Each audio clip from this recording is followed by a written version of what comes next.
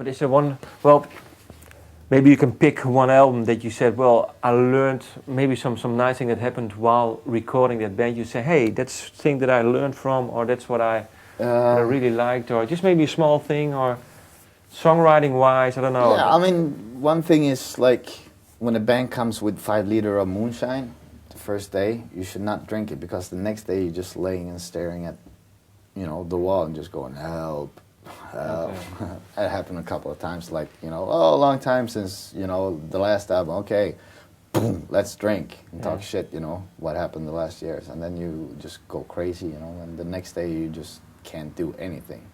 And then, so the third day you start to record and shit. You know? And maybe, well, some sort of things that you, well, that you've used with Pain, that you learned from another band while recording? I think, you know, you learn all the time, like anything from like, oh, the microphone should sit like this on a snare or on an amplifier or whatever, you know, and then you take that with you for the next and next and next. I mean, I never went to school, I never looked in book how to put a microphone in front of a speaker or whatever like that, you know, or what kind of microphone you should use for this kind of instrument or anything like that. It's all by doing, by learning, or learning by doing. So, yeah. I was thinking maybe you have some specific story of a band. No, I mean, it's okay. you definitely always learn something for every recording, that's for sure. You know? Okay.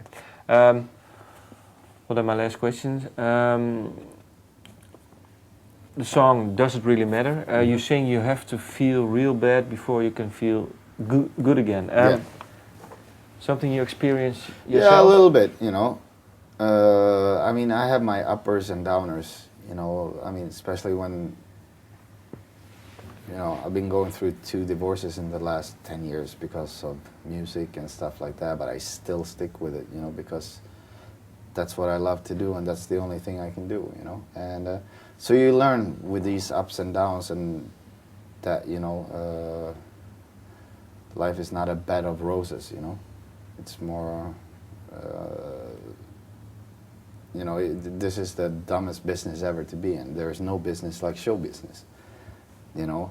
So, I mean, you definitely have a lot of emotions in things, you know, that you can't get worked out, or it doesn't do this or that, or not going the way you want it, and you meet stupid people that trying to tell you what to do and shit like that. So, I mean, it's a emotional roller coaster, you know.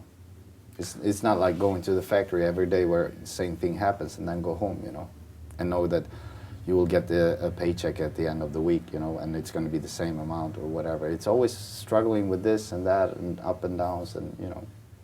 But now it's good for you? Now you're on a up? Yeah, now I feel good, you know. And then my really last question, new Hypocrisy album? We don't know yet. We're having a long break from each other since, I mean, the Virus album we did last, what was it, 1.5, almost 2 years ago. I think 2005 or something? Yeah, we done 5 tours on that. So we kind of tired of each other, so we're just having a break, you know.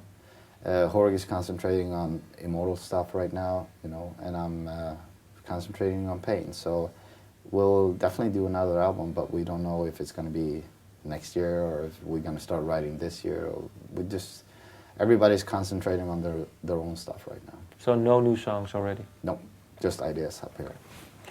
Well, thank you. Thank you. Cool.